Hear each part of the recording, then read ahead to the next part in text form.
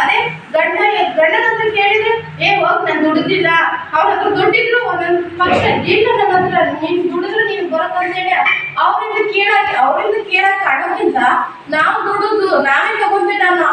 ನಮ್ಮ ಹತ್ರ ಇರೋದಕ್ಕೆ ₹1 ಶಾಂಪು ತಗೊಂತೀನಿ ಕೊಡ್ರಿ ಅಂದ್ರೆ ನನ್ನ ಹತ್ರ ದುಡ್ಡಿಲ್ಲ, ಚೇಂಜ್ ಇಲ್ಲ ಅಂತ ಹೇಳ್ಬಿಡ್ತಾರೆ. ಇದ್ರು ಒಂದೊಂದ್ಸತಿ ಚೇಂಜ್ ಇಲ್ಲ ಅಂತ ಬಿಡ್ತಾರೆ. ಆದ್ರೆ ನಮ್ಮ ನಮ್ಮ ಹತ್ರ ಮಕ್ಳಿದಾವೆ, ಒಬ್ಬರ ಹತ್ರ ಹೋಗಿ ಅವ್ರು ಇನ್ನೊಬ್ರು ಏನೋ ತಿಂತಿದಾರೆ ಅಂತೇಳಿ ನನ್ನ ಮಗಳು ತಿನ್ಬೇಕಂತ ಒಂದ್ ಕಡೆ ಈಡೇಸು ಅಂತ ನಮ್ಗೆ ಇಲ್ಲಂದ್ರೆ ಅವ್ರಿಗೆ ಏನ್ ಕೊಡ್ತೇವೆ, ನಾವು ಏನು ಕೊಡಕ್ಕಾಗಲ್ಲ. ಸುಮ್ಮನೆ ನಾವು ಕಾಲಿದ್ರೆ ಇಲ್ಲಮ್ಮ ನನ್ನ ಹತ್ರ ದುಡ್ಡಿಲ್ಲ ಅನ್ಬೇಕು, ಇಲ್ಲಾಂದ್ರೆ ಅವ್ರಿಗೆ ಹೊಡಿಬೇಕು ಸಿಟ್ಟಿಗೆ.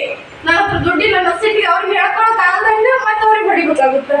ಅದು ನಾವೇ ನಮ್ ಸ್ವಂತ ದುಡಿಮೆ ಇದ್ರೆ ನಾವು ನಮ್ಗೆ ಆಸೆ ಪಟ್ಟಿದ್ದು ಒಂದು ಹೆಣ್ಮಕ್ಳಿಗೆ ಇಲ್ಲದೆಲ್ಲ ಆಸೆ ಬರುತ್ತೆ.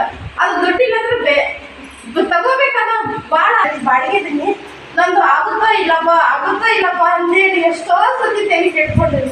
ಆದ್ರೆ ಬಂದು ಪಾಪ ಮೇಡಮ್ರಿಗೆ ನಂದು ಒಂದು ಹಾಕ್ಕೊಡ್ರಿ ಮೇಡಮರ ಅಂತ ಹೇಳಿದ್ಮೇಲೆ ಪಾಪ ಅವರು ಆಗುತ್ತಮ್ಮ ಅದ್ರ ನೋಡೋಣ ಟ್ರೈ ಮಾಡೋಣ ಮುಂದಿನ ಬ್ಯಾಚಿಗೆ ಆಗುತ್ತೆ ಅಂತ ಹೇಳಿ ನನಗೆ ಇಲ್ಲಿವರೆಗೂ ಕಲಿತಕ್ಕೆ ತುಂಬ ಥ್ಯಾಂಕ್ಸ್, ತುಂಬ ಧನ್ಯವಾದ.